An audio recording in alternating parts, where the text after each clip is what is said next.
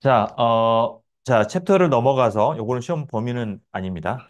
베이스 다이어그램 오브 바이너리 시스템을 시작하겠는데, 우리가 이제 그 연력학 전체 챕터 중에서 재료공학적 관점에서 가장 중요한 게 무엇이냐라고 하면은 바로 이 챕터가 되겠습니다. 이게. 요거는 이제 뭐랄까, 정말 요거 하나를 위해서 달려왔다라고 말해도 우리가 그 과언이 아닐 정도로 굉장히 중요한 내용들 혹은 재료공학적인 내용들이 많이 들어가 있고요. 요걸 바탕으로 해서 요 다음에는 실은 이제 내리막길 이제 하산하는 과정이라고 보면 되겠어요.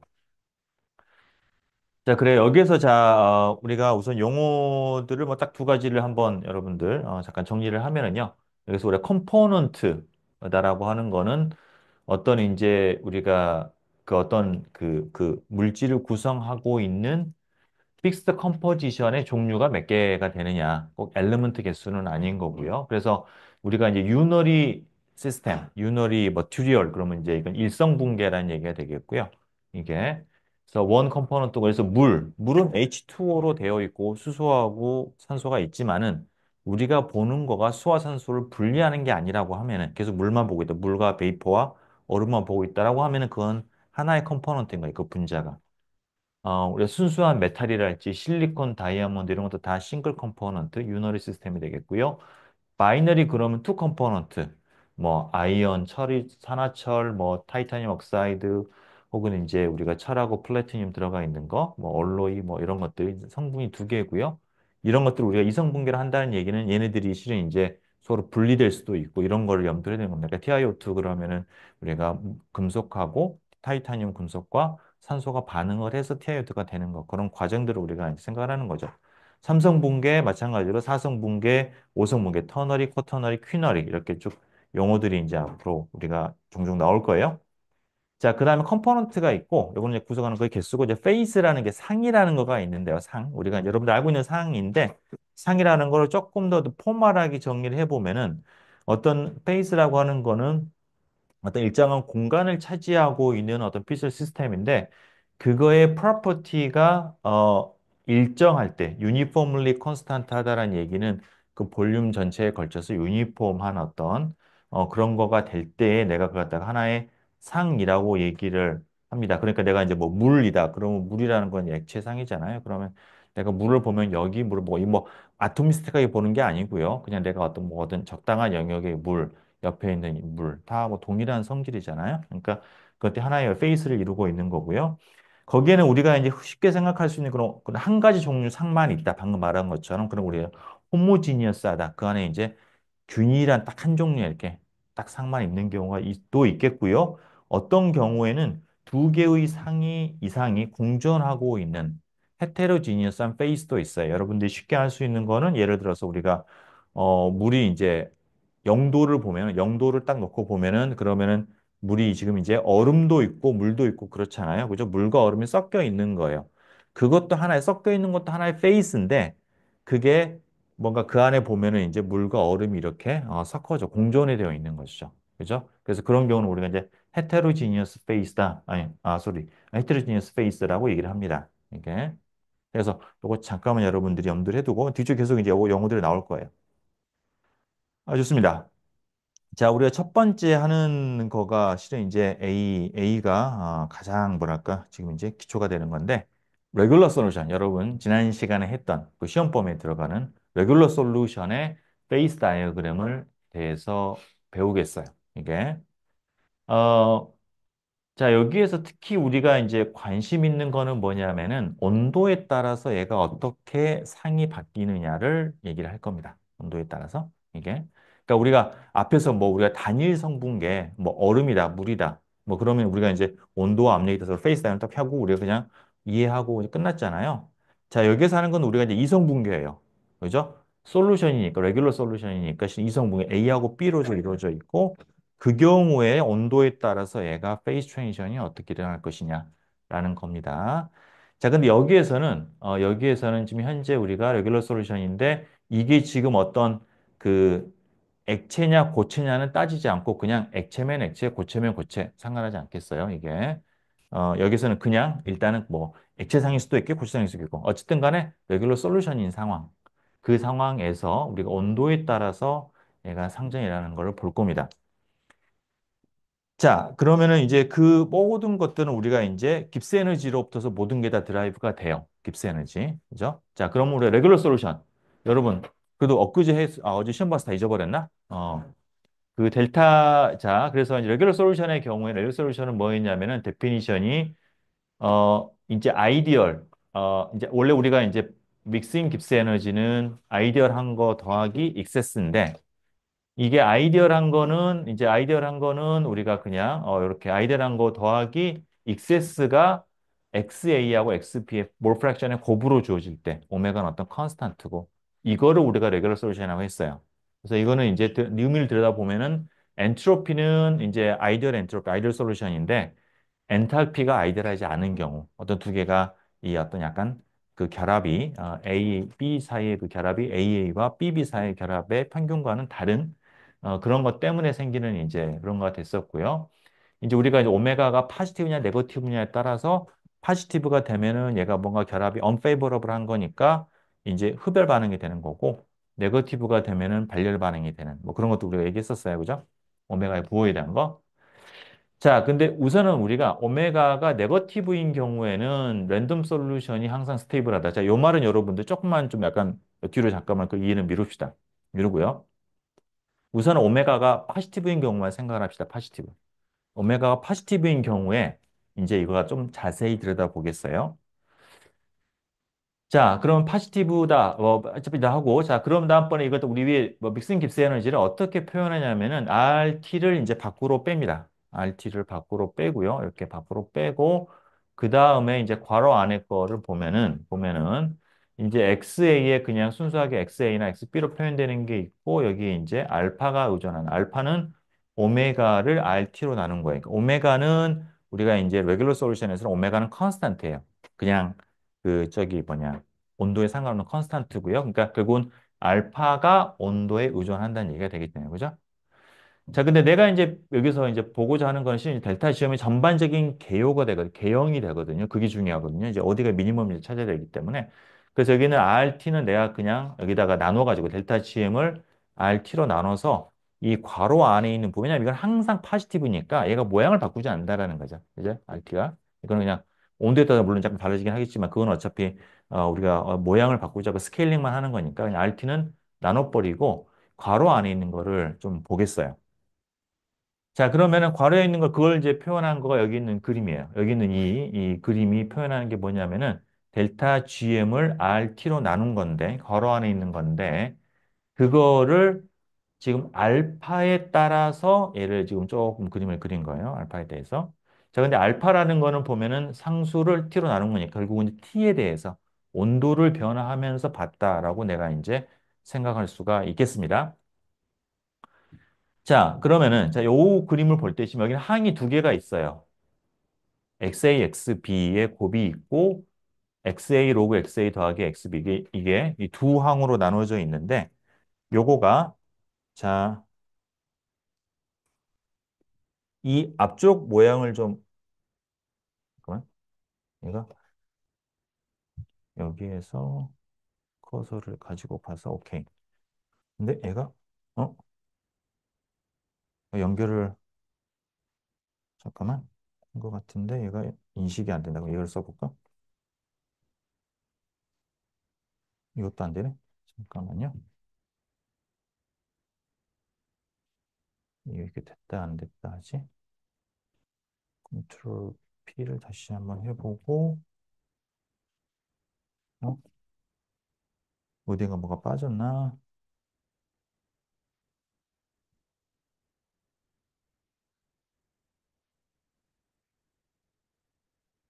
뭐가 단자가 많아서 이게 이상하다. 안 될 리가 없을 것 같은데. 아, 이런.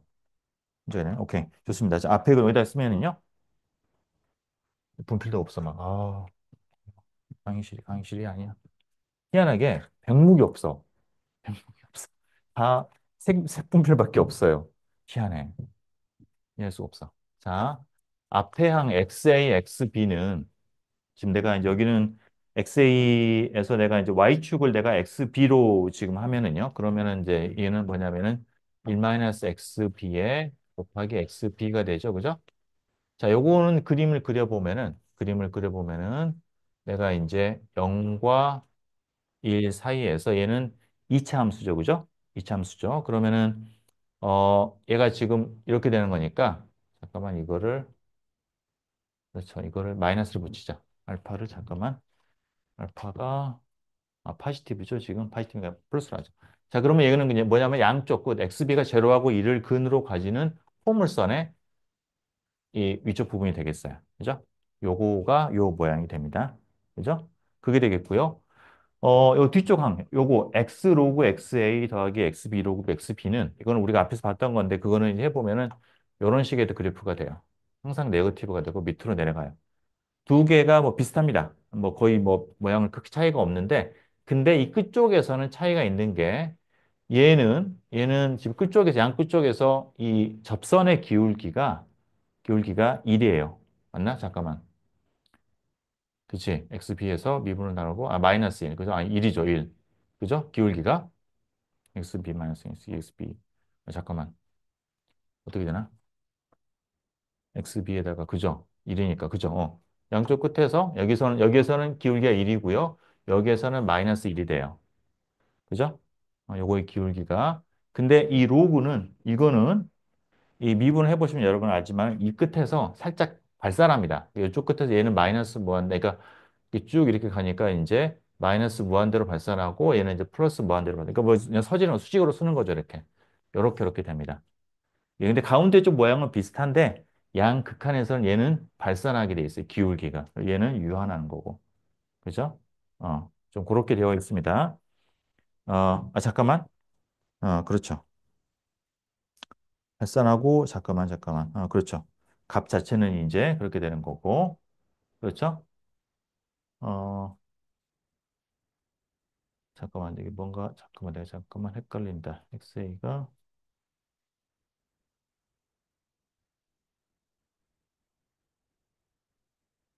델타 GMS. 어, 잠깐만. 이게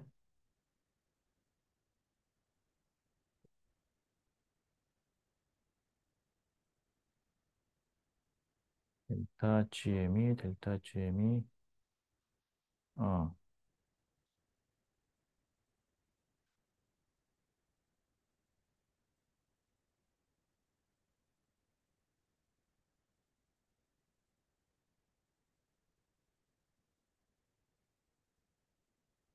음,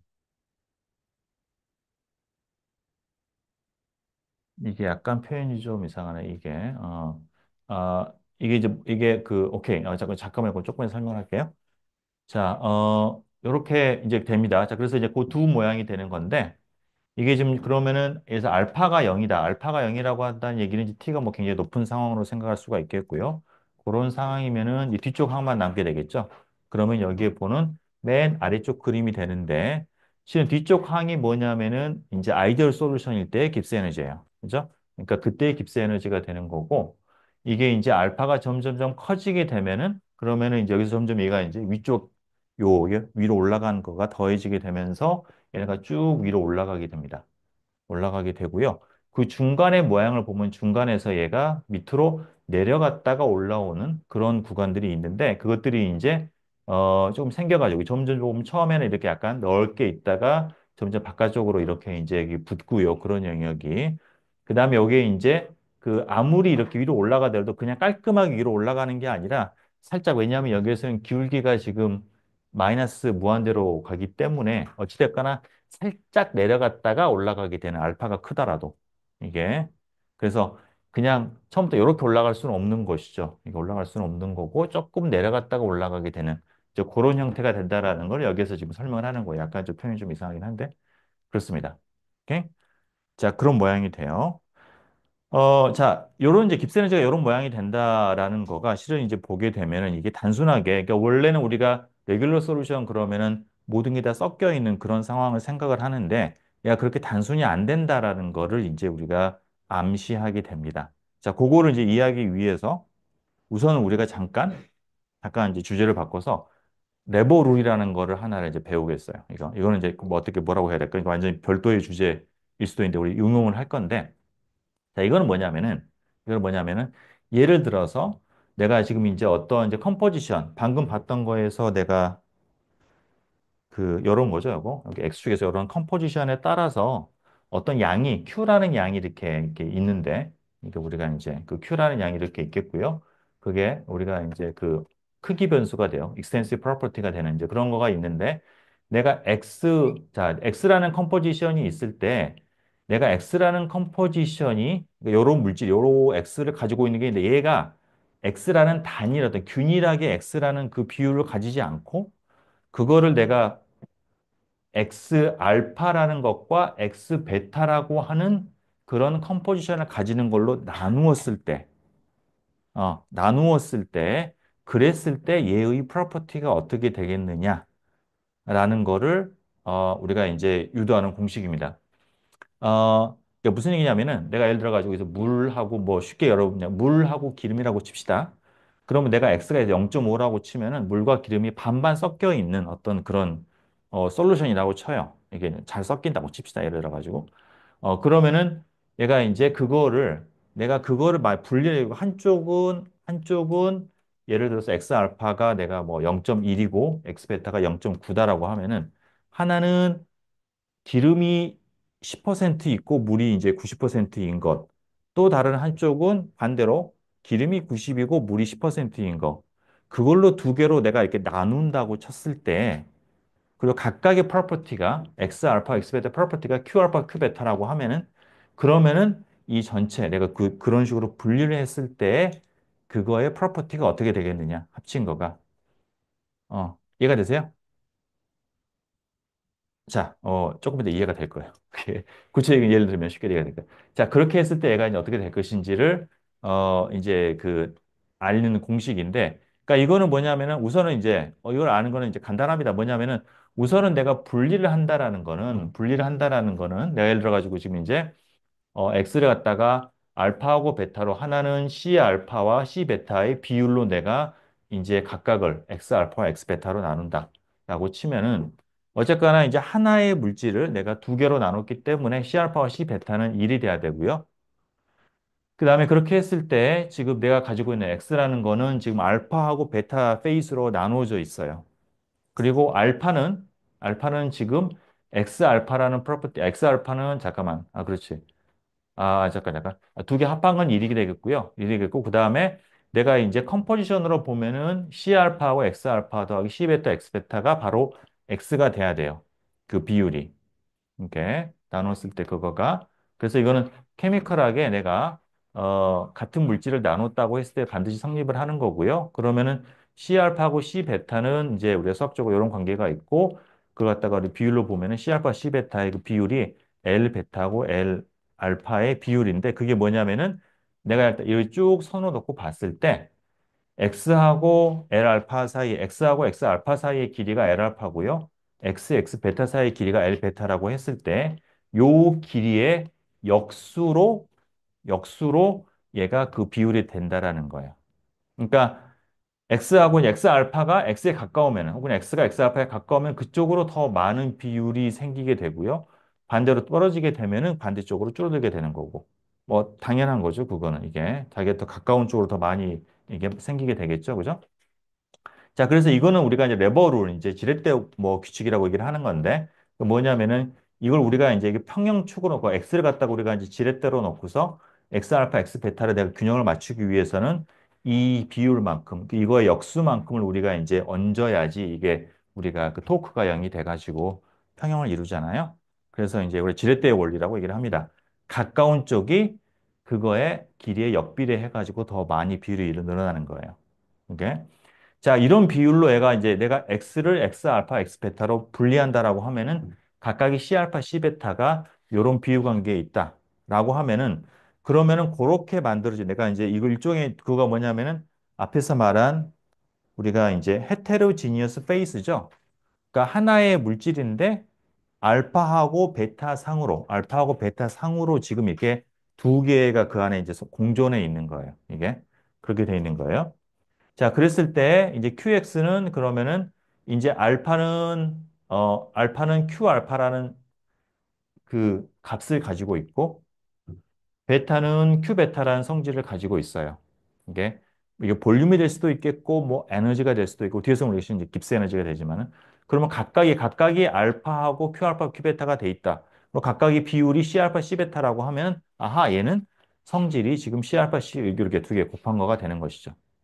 이게 그러니까 뭐 여러분 어려운 얘기 하는 건 아닙니다. 그냥 내가 전체를 갖다가 이렇게 X라는 컴포지션을 가지고서 그냥 내가 쉽게 한쪽은 알파, 한쪽은 베타로 이렇게 만들었다고 했을 때 알파는 이제 Q 알파라는 성질을 가지고 베타는 Q 베타라는 걸 가지고 있다고 하면은 뭐 이게 지금 크기 변수니까 그러면은 아하 얘가 지금 이제 요거의 비율이 C 알파고 얘가 비율이 C 베타니까 각각을 곱해가지고 더한 거가 전체의 프로퍼티가 되는 것이죠.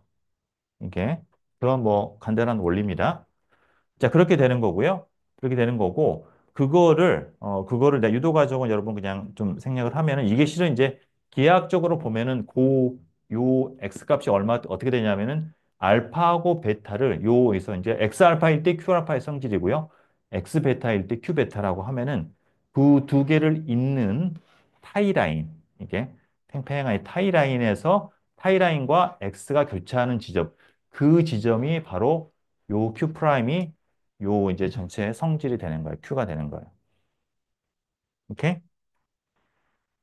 자, 대충 이해합시다. 여러분 그 뭐 유도해 보면요. 그냥 다 정확하게 나오는 건데. 자, 일단 그 개념만 이제 파악하고서 이걸 왜 얘기를 하느냐면은 왜 얘기를 하냐면은 자, 다시 이걸 돌아서 이건 깁스에너지 때문에 그러는 건데요. 요 우리가 깁스에너지 요 지금 우리가 이제 알파에 따른 이 변화를 보게 되면은 여기는 실은 이제 크게 두 가지의 정성적으로 다른 그 형태가 존재합니다. 첫 번째는 내가 이제 두 번 미분해, 그러니까 이계 미분해서 알 수가 있는 건데, 이계 미분해서, 이게 공률이죠. 그러니까 델타 GM을 XB로 두 번 미분했다. 이계 미분. 그거는 계산하면 이렇게 되는데요. 계산하면 이렇게 되는데, 이거가 알파가 이게 요거는 이제 뭐냐면 XB 요거가 이제 보면은 가장 분모가 최소가 되는 거가 이제 최대가 되는 게 XB의 XB가 이렇게 되는 거 이게 최대가 되는 거가 각각이 2분의 1일 때가 이제 최대가 되죠. 그때 얘가 최소가 되는 거예요. 역수니까. 그게 4입니다. 이게. 그래서 항상 얘는 이게 미분은 마이너스 2알파 더하기 4보다 큰데 만약에 알파가 0과 2 사이에 있으면은 이게 항상 파지티브잖아요, 이거. 그러니까 양수라는 거죠. 항상 0보다 크다. 이게 미분이 항상 양보다 크다라는 얘기는 항상 아래로 볼록하다는 얘기가 되겠어요. 이게 아래로 볼록한 게 이게 미분이 파지티브가 되는 거잖아요. 그래서 여기 보면은 알파가 0에서부터서 2까지는 보면은 아래로 볼록한 모양이 됩니다. 이게. 자, 그리고 그 이상이 되면은 이제 x 값에 따라서 파지티브인 영역과 네거티브인 영역이 나오게 돼요. 저기, 어이구, 시험 준비하느라고 그냥 많이 주무셨나 봐. 아닌가? 화면을 보고 있는 건가? 태블릿을? 아이, 그렇게 해도 다 알아. 자꾸만. 예. 깨우시고 자 일어나세요. 그렇지. 오케이, 좋아. 예, 잘 수도 있지. 좋습니다. 어, 자, 그래요. 자, 그래서 우선은 내가 이제 알파가 0과 2 사이에 있어. 항상 얘가 이게 미분이 포지티브다. 혹은 이제 컨벡스 다운워드, 다시 말하면 아래로 볼로킨. 이제 그런 상황을 한번 봐보죠. 이게. 자, 그러면 이제 아래로 볼록이라는 얘기는 델타 GM이 이렇게 돼 있다는 얘기예요. 그죠? 자, 그러면은, 내가 이제 뭐냐면은, 현재 내가 예를 들어가지고 어떤 컴포지션, 여기서 뭐 D라는 게 있다고 칩시다. 자, 그럼 내가 현재 여기서 보고 있는 거는 얘가 막 섞여 있는 그런 솔루션이에요. 이게 A하고 B가 마구 이렇게 섞여 있는 건 솔루션인데, 자, 얘를 갖다가 내가 가상에, 이제 다시 한번 요 비율로 되어 있지 않고 어떤 다른 두 비율로 되어 있는 상으로 내가 한번 나눈다면은 혹시 깁스 에너지가 더 낮아지는지를 봅시다. 오케이? 지금 내가 다시 여기서 커브에서 보이고 있는 이 커브가 의미하는 거는 각각의 포인트마다 얘가 완전히 다 랜덤하게 섞여 있을 때, 그때의 깁스 에너지를 얘기를 하는데, 내가 만약에 얘가 얘를 갖다가 똑같은 내가 요 양을 가지고서 A하고 B의 양을 가지고서 A가 좀 많은 것과 B가 좀 많은 걸로 내가 나누었을 때, 혹시 그때 깁스 에너지가 더 낮으면은, 그러면은 그쪽으로 갈 거잖아요. 이 그림에는 그런 건 나타나진 않았지만은. 그죠? 그걸 검증을 해보는 거예요, 지금. 이해가 되세요? 그거 내 맘대로지, 그거는. 내가. 어쨌거나 무조건 가장 안정한 거. 나와야 되는 거는 무조건 깁스에너지가 가장 안정한 게 나와야 되는 거거든요. 근데 주어진 조건에서. 근데 주어진 조건은 A하고 B의 개수만 주어져 있으니까 굳이 그걸 하나의 페이스로 내가 다 랜덤 솔루션을 만들지 않고 내가 어떤 두 개의 다른 컴포지션을 가지는 걸로 이렇게 내가 헤테로지니어스하게 나눈다면 혹시 나아지는를 보는 겁니다. 이게. 자, 그러면은 이제 내가 예를 들어 가지고 요 컴포지션에서 내가 이제 그러면은 여기 있는 A로 해당이 되는 것과 B로 해당이 되는 것으로 혹시 나눈다면은 어떻게 되나? 라는 거예요. 그게 바로 우리가 앞에서 했던 요거예요. 의미가 그런 의미입니다, 지금. 예. 내가 가지고 있는 거를 두 개의 다른, 이제 하나가 알파가 더 많은 거, 그러니까 A가 더 많은 거, B가 더 많은 걸로 나누었을 때 얘가 어떻게 되나? 근데 내가 지금 A, B 개수는 제한했으니까 이제 내가 그 나눈 거에 그 비율은 딱 정해져 있는 거고, 그거에 따라서 각각이, 예를 들어서 A가 가지는 깁스 에너지, B가 가지는 깁스 에너지는 딱 정해져 있어요.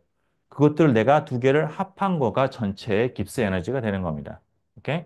자, 그래서 그게 말하는 게 레버룰이죠. 그러니까 뭐냐면은, A하고 B가 이렇게 있을 때 내가 A하고 B로 나눈다고 하면 두 개의 타이라인을 긋고 그중에서 이제 내가 가지고 있는 이 컴포지션이 거기 선하고 닿는 거. 여기서 그 C 포인트가 되겠죠. C가 그런 내가 이렇게 분리를 했을 때 그 상의 헤테로지니어스 페이스의 깁스 에너지가 돼요. 그거는 어때요? 지금 내가 가지고 있는 거, 랜덤한 솔루션에 비해서 깁스 에너지가 더 높죠. 높다는 얘기는 그게 더 불안정하다는 얘기고 나오지 않는다는 얘기예요. 아하, 그런 일이 생기지 않는구나. 그죠? 자, 그런데 그것뿐만 아니라 그럼 뭐 이런 꼭 굳이 A, B만 있을 필요가 있나? 예를 들어 다른 포인트. 다른 어떤 포인트를 내가 근데 여러분들 파란색선 이제 그런 건데 해보더라도 무조건 얘는 지금 아래로 볼록인다라고 하면은 무조건 이 두 개로 나누는 거가 이제 D를 갖다가 해가지고 내가 뒤에서 근데 오른쪽이나 순전 왼쪽으로는 못 해요. 그건 말이 안 되죠. 이게 내가 내 현재 가진 데서 A를 많게 하는 게 있으면 다른 쪽은 B가 많아야 돼요. 그렇죠? 그러니까 항상 좌우로 갈라져. 다시 말하면 A, B 포인트는 C를 스트레들링을 해야 돼요. 감싸야 돼요. 이게 그렇다라고 하면은 그 어떤 종류의 조합에 대해서도 D가 가장 아래쪽에 있어요.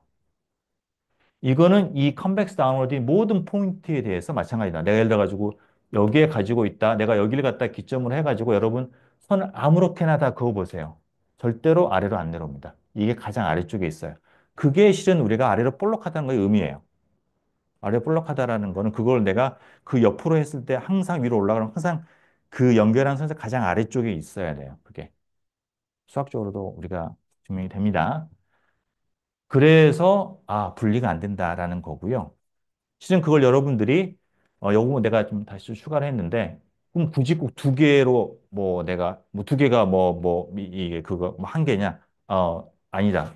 이걸 세 개로도 분리할 수가 있다라는 거죠. 그래서 뭐 A하고 뭐하고 이 세 개로도 할 수 있어요. 이게. 근데 어떻게 하든 간에 항상 그거는 높게 돼 있어요.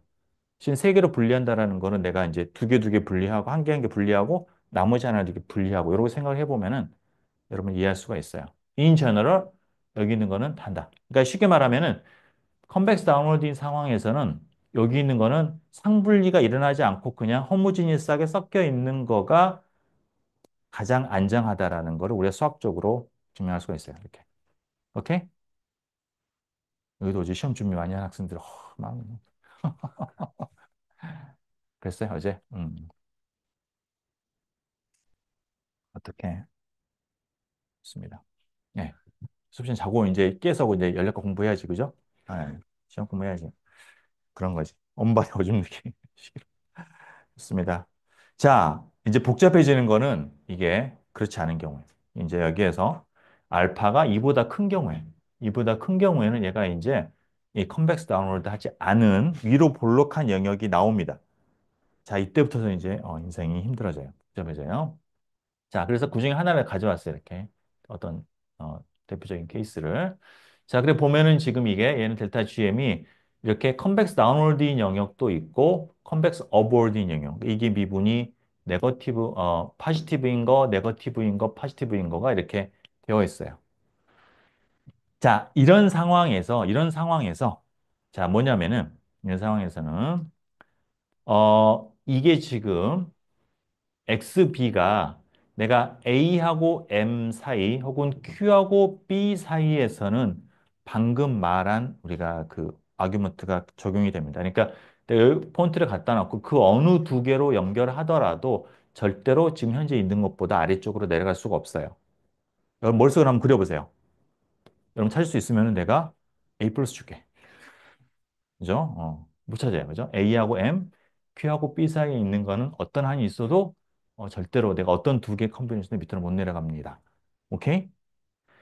자, 근데 M하고 Q 사이에 있는 거는 M하고 Q 사이에 있는 거. 그럼 다시 말하지만은 여기 선을 따라서 있는 거는 얘네들이 다 골고루 섞여 있는 하나의 호모지니스 페이즈에 대한 건데 그거를 내가 두 개로 분리를 하면은 그러니까 답을 얘기를 하면은 어떻게 될 것 같아요? 그래서 여기 있는 것들은 보면은 내가 그것보다 아래로 내려가는 게 쉽게 나오는 걸 여러분들 알 수 있어요. 머릿속에 그려보세요.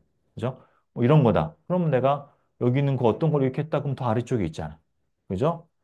그렇게 해서 여러분 한 머릿속 쭉 그려보면은 가장 아래쪽에 있는 게 뭘까? M하고 Q를 연결한 거예요. M하고 Q 사이에 있는 거는 M하고 Q로 내가 분리를 했을 때 여기 그럼 요게 이제 타이라인, 이 초록색 선이 타이라인이 되죠? 그 선 위에 있는 거가 가장 아래쪽이에요. 그것보다 더 아래로 내려갈 수가 없어요. 그죠? 그죠?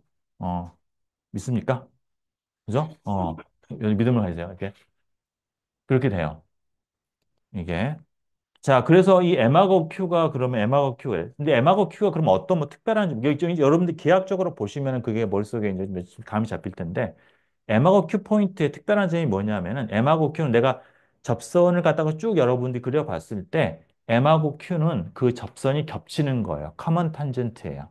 두 개가 하나의 접선으로 M하고 Q가 다 있어요. 이걸 커먼 탄젠트라 얘기를 하는 건데 커먼 탄젠트에 놓여 있는 두 개의 점이에요. 그 점 사이에 있는 거는 그 커먼 탄젠트로 떨어지게 돼 있어요. 이게 그 두 개로. 오케이? 그래서 이게 무슨 얘기냐면은 다시 말하면 내가 예를 들어 이 컴포지션이 지금 내가 그래서 R이다라고 하면 R은 내가 이제 S로 내려가게 되는 거고 S라는 건 뭐냐면은 M, M이라고 하는 거는 이제 A가 리치한 랜덤 솔루션이죠. Q는 B가 리치한 랜덤 솔루션이에요. 그 두 개로 상분리가 일어난다는 거예요. 그게 가장 안정한 거예요. 오케이? 이 그림은 단일 호모지니어스 스페이스에 대한 거고 그것보다 더 안정한 걸 내가 찾을 수가 있는 거야. 이걸 상분리가 되는 거가. MQ가. 그죠? 그래서 내가 이제 A하고 M, Q하고 B는 이제 호모지니스 연동 솔루션인데, 이제 페이스 1, 페이스 2가 되는데, M하고 Q 사이에서는 이게 지금 요 페이스, M하고 Q로 그냥 딱 고정이 되고, 그 사이에서 비율만 바뀌는 거죠. 그러니까 얘가 이렇게 쭉 오다가 여기에서 더 넘어가게 되면은 이때는 이쪽으로 가지 않고 그냥 Q 페이스가 생기는 거야. 생겼다가 쭉 생겼다가 Q가 되면 다시 그 다음에 이제 B가 늘어나게 되는 것이죠. 어, 그렇게 되는 겁니다. 오케이? 이해가 되세요?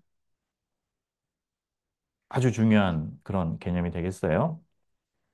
자, 그리고 그리고 이제 여기에서 이제 우리가 커먼 탄젠트가 또 의미하는 게 뭐냐면은 여러분들 델타 GM을 이렇게 우리가 여러분 앞장에서 이제 여러분 그 시험범위에 들어간 걸 보면은 거기에서 내가 이제 어떤 접선의 기울기가 의미하는 게 뭐냐면은 그 접선의 기울기, 그 접선이 이쪽과 만나는 거는 그 델타 G음의 A에 대한 파셜 몰라고요.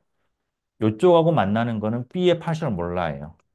그러니까 파셜 몰라라는 건 이게 결국 케미컬 포텐셜이고 믹싱했을 때 퓨어상, 순수상에 비해서 케미컬 포텐셜이 얼마나 내려가느냐는 거죠. 이만큼 내려간다는 거예요. B는 이만큼 내려간다는 거고.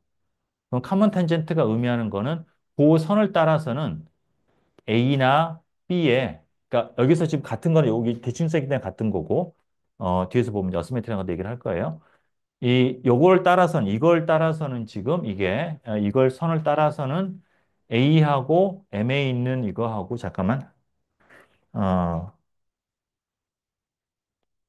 A하고, 그거하고, 여기 있는 Q가, 여기 M하고 Q가 M 페이스에 있는 A에 대한 케미컬 포텐셜과 Q 페이스에 있는 A에 대한 케미컬 포텐셜이 같다라는 거. 그렇기 때문에 케미컬 포텐셜이 같으니까 A에서 B로 내가 자연스럽게 계속 이동할 수가 있는 거예요. 왔다 갔다 할 수가 있는 거예요. 케미컬 포텐셜이 같기 때문에. 그죠? 두 개의 페이스가 상평형을 이루고 있다는 거는 하나의 그 각각의 케미컬 포텐셜이 같아야지 왔다가 상평형을 이룰 수가 있잖아요. 그죠?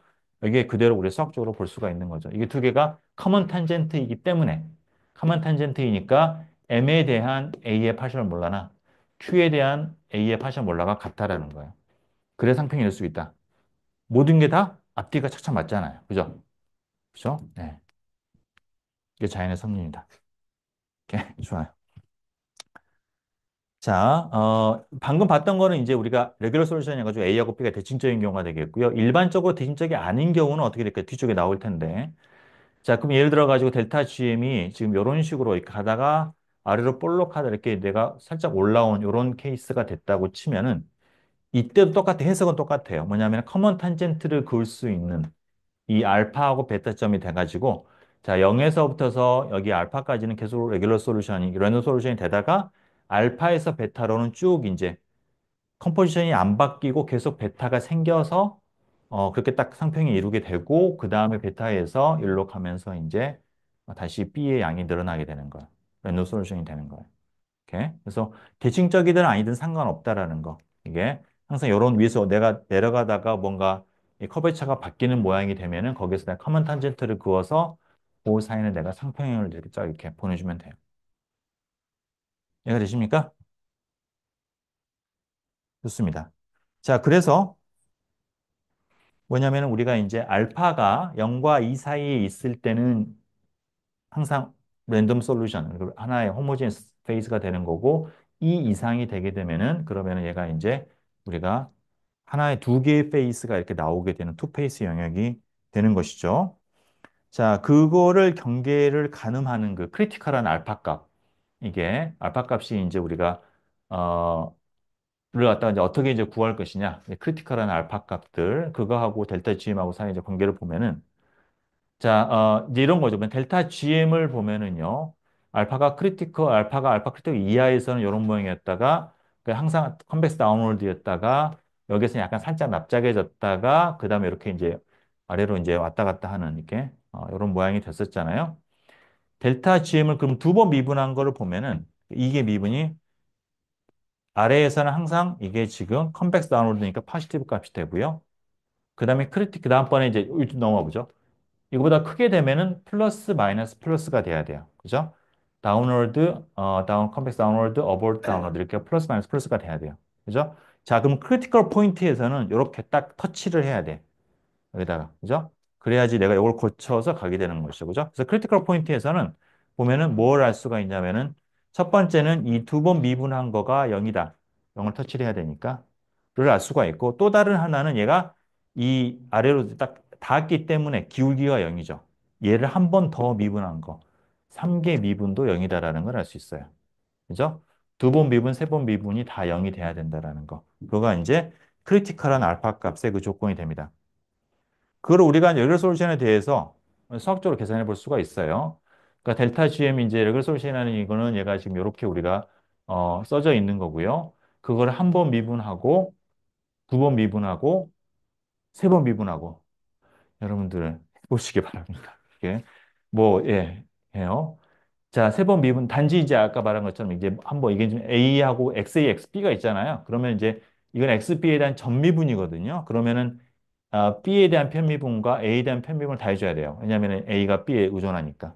그죠? 그래서 마이너스로 해서 이렇게 요것만 여러분들이 유념을 하고 다 계산하면 나오고요. 그러면 2개 미분, 3개 미분이 0이 돼야 한다라는 거에서 이제 XA와 XB가 같아야 된다, 같다라는 거는 0.5다라는 거. 그리고 그걸 여기다가 집어넣게 되면은 알파 크리티컬한 값이 2가 된다라는 거. 그러면은 내가 이제 그 레귤러 솔루션은 결국 오메가를 주는 거니까 오메가가 파라미터니까 오메가로 생각을 해보면 결국은 이제 뭐냐면은 크리티컬 템퍼러처, 크리티컬 템퍼러처를 구하게 되는 거고요. 그 템퍼러처는 이제 알파 크리티컬이 2니까 오메가를 2R로 나눈 거가 되겠어요. 그거가 크리티컬한 템퍼러처가 돼요. 그러니까 여러분 지금 우리가 알파 관점에서 봤지만은 실은 이거는 보면은 이제 알파라는 거가 온도에 의존하는 거니까 이게 실은 온도가 높은 데서부터서 낮은 걸로 지금 우리가 옮겨가고 있는 거고요. 그랬을 때 이 크리티컬한 그러니까 싱글 페이스에서 투 페이스로 가는 크리티컬한 템퍼러처가 바로 이렇게 된다라는 거를 알 수가 있습니다. 그렇죠? 그리고 이제 여기서는 이제 물론 우리가 오메가가 레그레션 모델에서 통계 모델에서 우리가 이렇게 본딩 에너지랑도 이제 관계가 있었어요. 그죠? 그런 거 한번 우리가 리마인드를 할 수가 있겠고요. 그래서 결국 뭐냐 온도가 높으면은 그러면 알파가 알파 크리티컬보다 더 작게 되는 거고요. 그때는 이제 엔트로피가 도미네이트 해서 그냥 막 섞이는 게 유리해지는 것이죠. 그죠? 유리해져 가지고 그거가 그 저기 뭐냐 그 싱글 페이스가 나오는 거고요. 이제 아래쪽이 되면은 그러면은 여기에서는 이제 이게 페이스 세퍼레이션이 일어난다. 이게 뭔가 A하고 B가 이게 한쪽으로 되는 거가 엔트로피가 아니라 그 저기 뭐냐 어 잠깐만 T가 C보다 아래쪽에 있게 되면은 잠깐 지금 오메가가 잠깐만 지금 오메가가 어떻게 되는 것이죠? 우리가 오메가가 지금 우리가 파지티브인 경우를 생각한 거죠. 그러니까 오메가가 파지티브라는 얘기는 A하고 B 결합이 AA, BB의 평균 결합보다도 더 불리하다는 얘기예요. 그러니까 에너지적으로 보면은 얘가 서로 떨어져 있는 거가 더 에너지적으로는 더 유리한 상황인 거죠. A, B 같이 있는 거가 따로따로 있는 것보다도 더 불리해지는 거니까 에너지적으로. 그래서 온도가 어느 이하로 내려가면 이제 엔트로피가 더 이상 지배를 못하게 되면은 에너지를 따라서 A는 A끼리 B는 B끼리로 뭉쳐가는 거예요. 이게 그게 일어나고 있는 겁니다. 자, 그래서 우리가 처음에 이제 우리가 알파가 네거티브일 때는 아예 언급을 안 했는데, 실은 알파가 네거티브가 되면은 실은 요것보다 더 아래쪽으로 내려가요. 그죠? 그러니까 당연히 컨벡스 항상 다운월드가 되는 거고요. 그래서 그 경우는 항상 랜덤 솔루션이 돼요.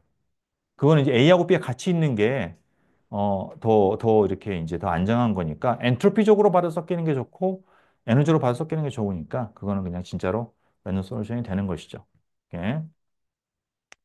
자, 우리 그렇게 이제 우리가 볼 수가 있겠습니다. 이해가 되세요? 아. 자, 그래서 그거를 다시 한번 종합을 해보면은 그래서 우리 구체적으로 오메가를 16,630줄이라고 하면은요. 그러면은 크리티컬 템퍼러처가 1000켈빈이에요. 그렇다는 얘기는 내가 이제 온도가 1000켈빈 이상에서는 싱글 페이스고 1000켈빈에서 그 위치가 되면은 내가 페이스 세퍼레이션이라는 게 안정하다라는 거예요. 자, 그거를 아래쪽에서 우리가 이제 상평형도로 그림을 바꿀 수가 있어요. 자, 이 상평형도는 여러분이 봤던 거하고 달리 앞에가 달리 여기서는 X축이 지금 컴포지션이에요. 컴포지션이고 Y축이 온도예요. 온도와 컴포지 여러분들 보통 봤던 거는 이제 온도와 뭐 압력 이런 거인데 여기서는 이제 우리가 솔루션이기 때문에 컴포지션이 X축이 되는 거고요.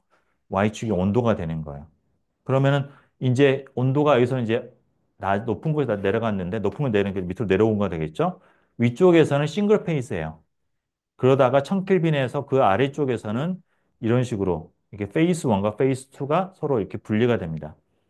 이렇게 분리가 되고 그래서 이런 식으로 바운더리가 생기고요.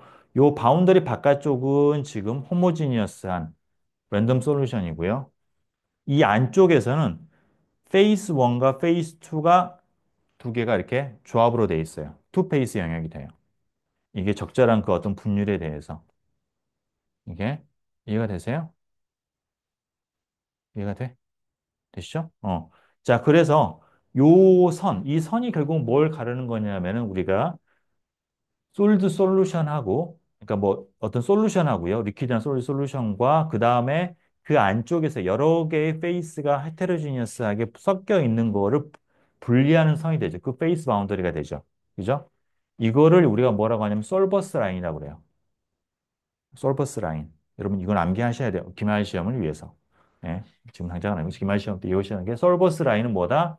솔리드 솔루션과 페이스 세퍼레이션을 가르는 게 솔버스 라인이에요. 이게 이해되십니까? 몇 가지 우리의 그 페이스 바운드리 이름들이 앞으로 나올 거예요, 여러분. 그 중에서 이제 하나가 되겠습니다. 자, 여기서 또 하나 중요한 개념이 뭐냐면은 미서빌리티 갭이라는 건데, 그러니까 우리가 잘 섞이는 갭이라는 얘기는 보통 이제 어떤 것들이 이제 존재하지 않는 안 되는 영역을 갭이라고 얘기를 하는데요. 미서빌리티라고 하는 거는 섞일 수 있다라는 거, 섞일 수 있지 않다라는 걸 얘기를 하는 거예요. 무슨 얘기냐면 예를 들어가지고 내가 700도에서 내가 처음에 순수 A에다가 B를 쭉 섞습니다. B를 툭 떨어뜨리면서 여기 쭉 저어보면은요. 그러면은 이게 여기에서 A에서부터서 이 정도까지는 이 정도까지는 내가 계속 섞어 들어가요. 랜덤하게 들어가다가 더 집어넣게 되면 더 이상은 얘가 융해가 안 되고 섞이지 않고 반대쪽 B 리치한 게 만들어지기 시작합니다. 이게 그죠? 이해가 되세요? 그러니까 이 이상은 못 녹인다라는 거예요. A에다가 어떤 온도에서 그죠? 그러니까 여러분들이 예를 들어가지고, 뭐, 물에다가 설탕을 집어넣으면 너무나 많이 집으면 안 녹잖아요. 그죠? 또 우리 솔루빌리티 리밋에 도달을 하는 건데, 그거가 얘기하는 겁니다. 솔루빌리티 리밋, 융해의 우리가 그 어떤 맥시멈을 갖다가 지금 넘어선 거고요. 그 이상은 더 A에 녹지 않고, 대신에 상분리가 이렇게 돼가지고 B에 이렇게 됩니다. 그러니까 여러분, 기름방울 뜬다는 것도 그런 거죠. 그러니까 내가 여러분 물 갖다 놓고요. 여러분들 기름방울 떨어뜨리면 정말 소량을 떨어뜨리면 녹습니다. 녹는데 그게 조금만 더 들어가면은 얘가 그 리밋에 딱 미서블티 갭에 다다라가지고 더 이상 안 녹게 되니까 자기네끼리 이렇게 기름끼리 뭉친 거가 나오는 거예요. B가 많은. 물론 거기에도 기름만 있지는 않고 100% 기름만 있지는 않고 아주 소량의 물이 들어가 있는 것이죠. 이게 그런 걸로 갈라지는 거예요. 이게 이해가 되세요? 그래서 요 간극을 우리가 미서블티 갭이라고 얘기를 합니다. 이해되세요? 아, 큰일 났다.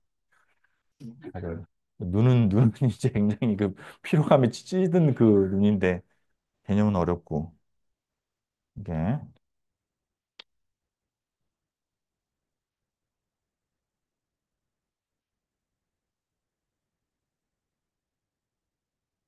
질문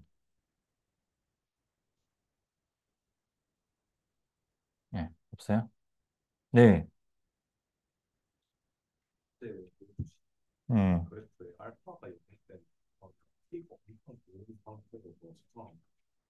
그렇죠. 고온이 되면은 그런 극한에 도달한다고 볼 수가 있는 거죠.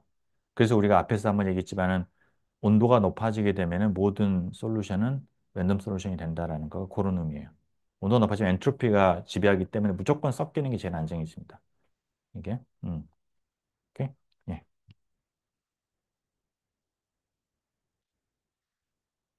자, 그 다음에 이제 한 단계 더 어려운 어,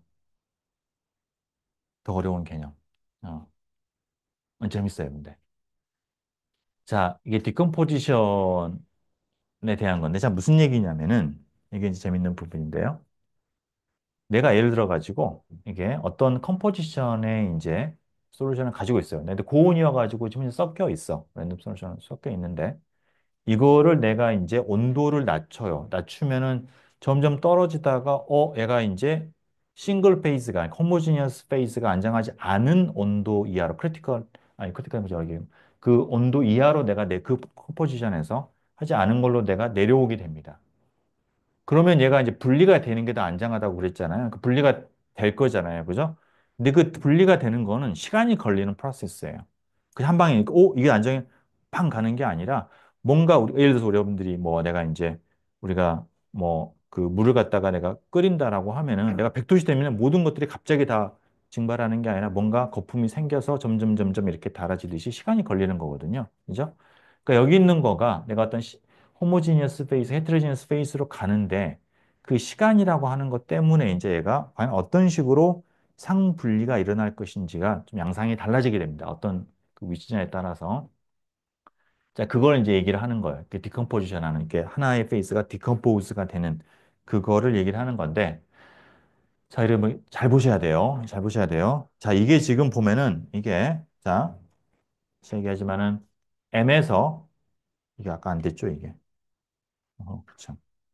이게 지금 그 M에서 O에 이제 M, N 여기 위쪽 부분 이쪽 부분은 지금 다 불안정해서 M하고 Q로 가야 돼요. 그죠? 가는데 그 중에서 예를 들어 가지고 내가 컴포지션이 NOP 라인에 있다고 칩시다. NOP 라인에 있어요. 그럼 예를 들어 가지고 이런 포인트에 있어요. 이게 그럼 참 얘가 요거 분리된 걸로 가야 되는데 근데 가는 과정을 생각을 해보면은 그러면 여기서는 지금 얘가 A하고 B가 이렇게 균일하게 섞여 있는 거고 A가 리치한 것과 B가 리치한 걸로 갈라져야 되니까 가야져야 되는데 그러면은 A하고 B에서 그럼 A는 A끼리 B는 B끼리 모이면 될 거잖아요. 그죠? 자, 근데 그 가는 과정이 보면에서 A가 여기서 현재 근데 순간적으로 일어날 수는 없는 거니까 조금 조금씩 그레이주얼하게 내가 변하는 거예요. 그러면 그게 여기서 보면 예를 들어서 여기서 여기 요거가 약간 떨어져 있긴 한데 얘가 바로 옆에는 요거로 바뀐다. 그게 조금 이제 컴포지션이 조금 더 A리치 B리치로 간 거잖아요. 그죠? 그걸 보면 에너지가 더 아래로 내려가죠. 그러니까 그게 그쪽으로 가는 게 얘도 에너지적으로 보면은 프리 에너지가 떨어지는 방향이니까 약간 자연스럽게 가는 거예요. 이게 가는 거고 그 다음 스텝은 요걸로 가고 그 다음에 이걸로 가고 그러니까 이렇게 갔다가 뭐 이렇게 갔다가 이런 식으로 예를 들면 이렇게 가다가 이렇게 쭉 가는 거 그냥 아무런 그 어떤 에너지 장벽 없이 그냥 쭉 밑으로 내려가는 깁스 에너지가 쭉 밑으로 내려가는 그런 상황이 됩니다. 그죠? 그래서 그거는 뭐랄까 아무런 장벽도 없고 그냥 아주 쉽게 일어나는 거예요. 이게. 자, 그래서, 이제 그거를 우리가 이제 뭐라고 하냐면 스피노달 디컴포지션이다. 라고 얘기를 합니다. 자, 되게 어려운 말인데, 뭐냐면 스피노드라는 게 뭐냐면은 첨점이 아니라 첨점. 그러니까 이게 볼록한 점, 첨점. 첨점에서부터서 이게 지금 디컴포지션, 지금 상분리가 돼서 나오게 되는 것이죠. 이게, 이거는 굉장히 그냥 빠르게 일어나고 장벽 없이 그냥 다 일어나는 겁니다. 자, 이 상황에서 이게 조금 흥미로운 건 뭐니까 특징적인 건 뭐냐면은 내가 이제 A 리치한 거 처음에는 A가 조금 더 리치한 건데 조금 리치한 건 점점 더 리치한 걸로 가는 거잖아요. 그러니까 A 리치한 영역으로 그러니까 B 리치한 영역에서 A 리치한 영역으로 A가 움직이고 A 리치에서 B 리치로 B가 움직여야 돼요. 그래야지 이런 식으로 쭉 이렇게 밑으로 타고 내려가는 게 나옵니다. 이거는 우리가 알고 있는 그 어떤 픽스의 법칙. 그러니까 항상 밀도가 높은 데서 낮은 데로 움직여간다는 거에 역행하는 거죠. 왜냐하면 A가 많은 게, 그죠? A가 더 많은 쪽으로 A가 움직이고 B가 더 많은 쪽으로 B가 움직이고 있는 거죠. 그것이 역행하는 과정이에요, 이게. 이게. 그래서 이건 이제 그렇게 되는 거고, 그래서 업힐 디퓨전이다라고 그러니까 업힐, 그러니까 언덕을 타고 올라가는, 내려가는 게 아니라 업힐 디퓨전을 하고 있다라는 거가 됩니다. 그래서 이 갖다가 이제 우리가 스피너 디컴포지션 얘기를 하고요. 요 이론은 이제 재료공학에서 굉장히 유명한 칸과 힐라드 뭐 이분들이 이제 옛날에 이거에 대한 이론을 갖다가 이제 해가지고 굉장히 많은 이제 중요한 어떤 그런 업적이 되겠어요. 자, 그래서 이제 칸 힐라드 그 이퀘이션을 가지고서 시뮬레이션 해보면 이렇게 되는 거야. 내가 이제 아주 어지러워 가지고 하는데, 그러니까 처음에 시작은 뭐냐면 시작은 내가 A하고 A가 이제 검은색이고 B가 하얀색 생각하시면 돼요, 여러분. A하고 B가 이렇게 랜덤하게 섞여 있다가 이게 스피너 디컴포지션 되게 되면 시간에 따라서 이런 식으로 A하고 B가 그냥 이렇게 해가지고 굉장히 복잡한 그런 구조로 그러니까 A가 리치한 것과 B가 리치한 쪽으로 갈라지게 됩니다. 그죠? 이거는 샘플 전체에 걸쳐가지고 균일적으로 일어나는 그러니까 굉장히 그 상과 A하고 B 상의 그 경계가 많아요. 서로 이렇게 막 얽혀 있고 이렇게 그런 텍스처를 가지게 됩니다. 이게 이제 스피노자 디컴포지션의 특징이 되는 거예요. 오케이? 이해되시죠? 자, 좀 더 복잡한 거는 이제 그 외의 거. 그러니까 지금 우리가 본 게 N과 O와 P를 지금 둔 건데 이 M하고 N 혹은 P하고 Q 사이는 좀 복잡합니다. 자, 이 경우에는 뭐냐면 여기서도 마찬가지 똑같이 얘도 지금 여기에서도 지금 여기 있는 R이 S로 가기 위해서는 A가 위치한 것과 A가 위치한 쪽 B를 좀 갈라져야 되는데 이게 앞에서처럼 앞에 하고 달리 이 경우에는 내가 A하고 B를 이렇게 쭉 가르려고 이렇게 옆으로 이동하면은 프리 에너지가 올라가게 돼요.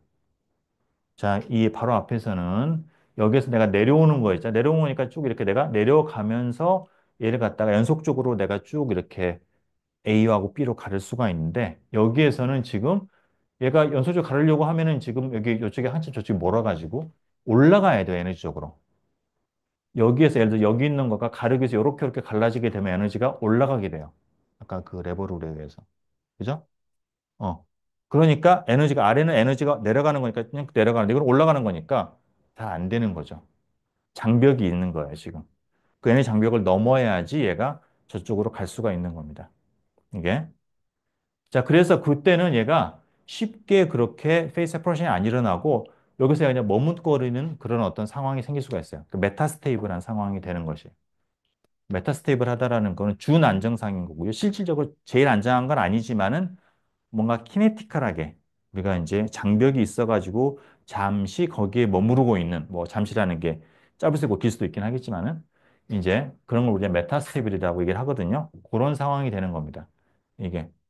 그래서 얘는 이게 온도가 떨어져가지고 이제 상분리가 일어나야 되는데 안 일어나고 그냥 그래서 버티고 있는 거야. 버티고 있는 건데 그러면은 어떻게 해서 얘는 상분리 일어날 수 있냐면은 그냥 이렇게 막 이렇게 서로 눈치만 보고 있는 거야. 에너지 올라가야 돼. 그러다가 과감하게 어떤 애가 이제 과감하다보다도 플럭추에이션에 의해서 우리가 이제 온도라는 게 있으면은 항상 뭐 우리가 여러분 그 온도에서 어떤 원자는 뭐 굉장히 많은 에너지를 우리가 가질 수도 있고 순간적으로 그럴 수가 있죠. 우리가 이베포레이션 하는 것도 우리가 이제 액체에서 표면에서 날아간다라는 것도 어떤 분자가 그냥 순간적으로 에너지를 갖다가 많이 얻어서 날아가는 거예요. 그게. 그런 플럭추에이션이거든요. 그런 게 항상 일어나요. 자, 그래서 어떤 영역에서 플럭추에이션에 의해서 그 에너지 장벽을 넘고서 용감하게 비리치한 영역을 갖다가 뉴클리어스를 작게 만든다고 하면은 이게 그런 게 생깁니다. 그래서 우리가 뉴클레이션이 이제 생길 수가 있고 시간이 좀 지나가지고 자, 그렇게 되면 요거 생기게 되는 거는 어떤 영역에서 이제 그 B가 이제 한쪽으로 좀 이렇게 쏠리는 거죠. 순간적으로 우연히 쏠리는 거예요. 그래서 B 리치한 게 만들어지고 그러면은 그걸 갖다가 옆에서 이제 B가 이제 그러면은 이제 이렇게 더 와서 이제 이렇게 공급을 해주고 그러면서 얘는 이제 안정하니까 이 시드가 생긴 거예요, 이쪽에서. 그러면 그거가 이제 점점 성장을 합니다. 그래서 B 리치한 영역이 더 커져요. 그로스를 합니다. 성장을 하는 거예요. 그래서 이런 게 이제 뉴클레이션. 처음에는 이제 에너지적으로 이게 장벽이 있어가지고 시간이 지나면은 작은 뉴클레이션 핵이 생성이 되고 그 핵이 성장을 해서 우리가 상분리가 일어나게 되는 그런 메커니즘. 우리가 뉴클레이션 앤드 그로스 메커니즘을 얘기를 합니다. 오케이? 아시겠어요? 자, 그래서 우리가 이제 보면은 아까 여기 있는 거가 할 때 얘는 여기하고 이렇게 이런 식으로 이렇게 이 두 개로 쫙 이렇게 순간적으로 그냥 팍 가게 되는 거죠. 연속적으로 가게 된다기보다도 자, 그런 우리가 이제 메커니즘이다. 그래서 영역에 따라서 이게 지금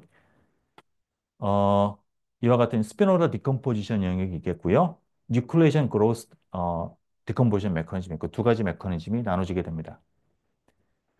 자, 그래서 그거를 다시 한번 합쳐서 보게 되면은 이렇게 우리가 이제 상평도가 이렇게 있는데 이게 위쪽에서 싱글 페이스고 투 페이스가 되는 거고요. 자, 그러면은 여기에서 이 점선으로 표현한 부분이 스피노럴 디컴포지션 영역이 돼요. 여기에 어떤 게 있으면은 얘는 그냥 씩 되는 거고 요 위에 여기하고 요거 사이에 점선과 요거 사이에서는 뉴클레이션 앤 그로스 메커니즘이 됩니다. 자, 이 보면은 마치 이게 실은 온도를 내가 내린다라고 하면은 실은 딱 정확하게 위점을 제외하고서는 다 뉴클레이션 그로스 메커니즘을 거쳐서 되는 것처럼 보일 수는 있는데요. 뉴클레이션 그로스는 시간이 걸려요. 뉴클레이션에 시간이 걸려요. 그럼 내가 예를 들어서 여기서 쭉 내릴 때 좀 빠르게 퀸칭이 되면은 뉴클레이션 그로스를 거쳤지만은 그러나 거기서 뉴클레이션이 안 되고 그냥 바로 밑으로 내려가서 바로 스피노달로 갈 수도 있어요. 그래서 생각보다는 스피노 디컴포지션을 우리가 잘 조절을 하면은 꽤 넓게 유도를 할 수가 있습니다. 이게. 그래서 그 만들어진 텍스처가 다르다라는 거, 스피노 디컴포지션은 굉장히 바이컨티뉴어스하게 서로 이렇게 막 엉켜 있는 그런 구조가 되고요. 뉴클리션 그로스는 이거 보는 것처럼 뉴클리션 사이트가 유한하게 있어서 걔네들이 좀 굉장히 큰 많은 영역을 차지하는 이런 형태의 텍스처가 만들어집니다. 마이크로 스트럭처. 오케이? 자, 그걸 이제 응용하는 거가 이런 사례가 있어 한번 가져와 봤는데요. 이제 우리가 폴리머가 이제 그 어떤 전기 특성을 띠는 그런 폴리머가 A가 있고 B가 있는데요. 그러니까 정기적으로 한쪽은 도너, 그러니까 전자를 주기 쉬운, 다른 쪽은 억셉터를 하는 그런 폴리머를 썼게 되면은 그러면 내가 이제 바깥에서 태양전지를 만든다고 치면은 빛이 들어오면은 한쪽으로 일렉트론과 홀 페어가 생겨가지고 그게 이제 한쪽으로는 돈으로 가고 하나가 돈으로 엑스트로 가면서 이렇게 내가 이제 전류를 생성을 하는 그런 걸 만드는 게 이제 우리가 솔라셀을 만드는 원리 중에 하나입니다. 자, 이랬을 때 우리가 이제 실은 이제 그 여러분 PN 정션, 태양전지 여러분 그러니까 배우셨죠? 태양전지가 PN 정션으로 돼 있다라는 거. 그죠? 그 PN 정션에서 우리가 빛이 들어오면은 일렉트론과 홀이 갈라지잖아요. 그러면서 전류를 만드는 거죠. 그러니까 뭐냐면은 태양전지는 PN 정션의 접합 부분에서 일어나는 거예요. P타입과 N타입이. 그죠? 그럼 여기로 따지면은 도너와 억셉터의 경계에서 그 폴리머의 경계에서 그 일렉트론 홀이 만들어질 수가 있거든요. 그럼 내 태양질 효율을 높이기 위해서는 그 도너와 억셉터의 경계면을 많이 해야 돼요. 경계면이 많아야지 내가 발생할 수 있는 그 영역이 넓어지겠죠. 예를 들어서 내가 그냥 뭐 지금처럼 만약에 P하고 N이 딱 하나밖에 없다. 그럼 여기서만 생기는 거야. 근데 그런 폴리머 A하고 B의 이제 경계가 여러 군데가 있으면은 그 경계선이 여러 개 있으면 이거마다마다 다 일렉트론 홀 페어를 만들 수가 있는 거예요. 그래서 이제 이 두 개를 섞되 내가 갖다 경계면을 많이 만들고자 하는 거예요. 자, 그래서 쓸 때 우리가 쓸 수 있는 그 기술이 뭐냐면은 바로 이제 폴리머 AP를 섞어서 온도를 높였다가 퀸칭을 하는 거예요. 그러면은 얘가 이 영역으로 떨어지면서 스피노라 디컴포지션이 이루어지면서 그러면서 얘가 이렇게 많은 경계들을 바이 컨티뉴어스 이런 형태가 돼가지고 태양진지 효율이 올라가게 됩니다. 그죠? 그래서 이런 걸로 공학적으로 응용을 할 수가 있어요. 오케이? 자, 뉴클레이션 그로스도 이제 응용처가 있는데요. 이제 탄소 나노튜브 여러분들 요즘은 별로 유행이 많이 떨어졌는데 납땜을 많이 했지만은 그 탄소 나노튜브 어떻게 성장을 할 것이냐라는 건데요.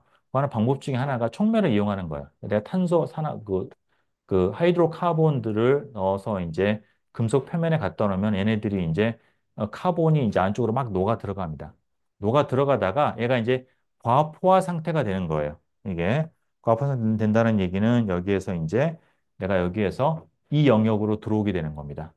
그러면은 그 다음에 얘가 이제 어 과포화 상태에서 얘가 이제 그런 페이스 세퍼레이션이 일어나야 되죠. 그래서 거기에서 이제 어떤 작게 뭐 이렇게 이제 어떤 카본끼리 모여 있는 나노튜브의 어떤 그런 시드가 만들어지게 되고요. 그것들이 이제 위로 쭉 성장을 해가지고 탄소 나노튜브가 이렇게 만들어지게 됩니다. 뭐 그런 원리들을 갖다가 또 이제 연구한 게 있어요. 그래서 슈퍼 세츄레이션과를 통한 뉴클리오젠 그로스 메커니즘의 어떤 하나의 응용이 되겠습니다. 엄청난 양이다, 진짜. 좋아요. 자, 그 다음에는 우리가 이제 그 액티비티를 좀 한번 좀 봐보면은요. 자, 그 전에 여기에서 우리가 이제 여기 내가 하나 퀘스천을, 그래서 여기 보면 이제 스피너 디컴포지션으로 내려가는 거, 슈퍼 세츄레이션 하는 것도 좀 영역을 좀 구별을 좀 해놨는데, 자, 여기에서 예를 들어가지고 내가 이렇게, 요렇게 쭉 내려갔다, 이 컴포지션 내려갔다라고 하면은 이제 어떻게 될 것이냐? 그러면은 쭉 내려가면서 싱글 페이지였다가 이런 투 페이지가 되는데 여기에서는 처음에 이제 뭐 뉴클레이션 크로스 메커니즘을 타고 들어가게 되는 것이죠. 그죠? 그래서 페이스 세퍼레이션이 일어나는데 어떻게 뭐 하여튼 그 밑으로 내려가면은 이제 이 투페이스가 돼가지고 각각의 이제 그래서 이제 페이스 세퍼레이션이 일어난 다음에는 그 다음번에는 이제 계속해서 B 리치는 더 B 리치로 가고 A 리치는 더 A 리치로 가고 온도를 쭉 내림에 따라서 계속해서 컴포지션들이 바뀌는 거예요. 이게 그런 거를 하나 이제 예시를 한번 좀 들어봤고요.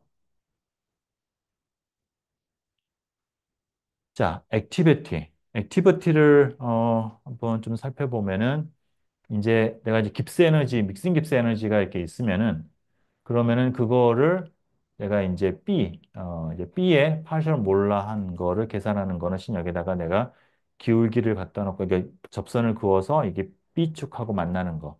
그거가 이제 B의 파셜 몰라 뭐 믹싱 깁스 에너지 뭐 이런 거가 되는 것이죠.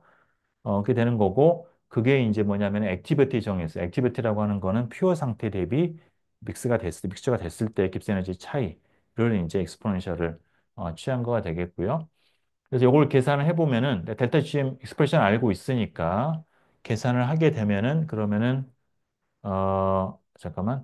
어, 잠깐만. 그렇죠. 이게 델타 XB를 미분한 거가 그렇죠. 이걸 미분한 거가 이걸 이제 미분을 하게 되면은 여기 이제 여기서 두 번 미분이 이렇게 나오게 되고요. 나오게 되고 그다음에 여기서 이제 여기를 한 번 미분한 게 되는 거고 그다음에 이걸 두 번 미분한 거는 이걸 또 다시 한 번 더 미분합니다. 요거 미분하고 그다음에 이제 오른쪽도 미분을 하고요. 자, 그러면 이제 여기서 얘기하고 싶은 거는 뭐냐면은 크리티컬 템퍼러처에서는 깁스 에너지, 믹싱 깁스 에너지에 이제 2개 미분하고 3개 미분이 다 0이잖아요. 그렇다는 얘기는 A의 기울기가 0이고요. 그 다음에 그러니까 A의 기울기가 0이고 그 다음에 여기에서 보면은 이제 기울기가 0이고 이것도 0이라는 거. 그러니까 두 번 미분한 것도 0이라는 거가 됩니다. 그래서 이제 뭐냐면은 여기에서 내가 이제 TC 이하에서는 TCR 크리티컬 템퍼러처 아래에서는 이런 식으로 액티비티가 이제 0에서 붙어서 이쪽에서 0에서 붙어서 1로 쭉 이렇게 옮겨가는데 크리티컬 템퍼러처에서는 이제 1개 미분과 2개 미분이 0이 되고요. 빤빤해지게 이렇게 변곡점이 되는 거고 그다음 그 이상에서는 얘가 이제 올라갔다가 내려가는 그런 모양이 됩니다. 그래서 그거를 이제 조금 영역을 자 보게 되면은 이제 이렇게 우리가 이제 위쪽 온도 중에 하나 영역을 딱 뺀 건데요. 800켈빈이라고 치면은 이렇게 올라가다가 그 다음에 이제 여기서 지금 보면 이제 우리가 페이스 세퍼레이션 일하기 시작하는 것이죠. 그럼 거기에서 액티비티는 이제 올라갔다가 내려가는데 그게 이제 우리가 하나의 페이스로 이렇게 하나로 쭉 연결되는 거예요.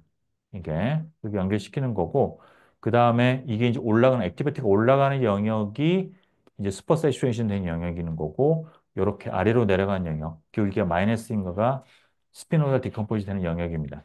수학적 따져보면 그렇게 돼요. 이게 그 되는 거고 마치 얘는 이렇게 평평해요. 그래서 액티비티가 보면은 올라가다가 평평하다가 다시 올라가는 그런 형태가 됩니다. 그래서 뭐 그건 이제 우리가 한번 기하학적으로 본 거가 되겠어요.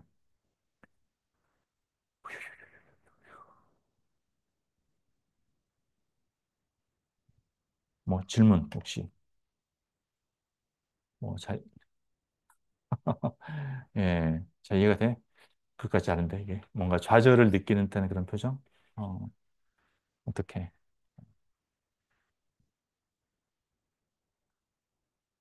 잘 이해가 되세요? 음,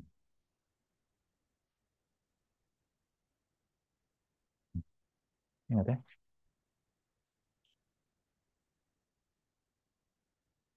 자, 그래서 요거는 이제 그럼 다음 시간에 하도록 하고요.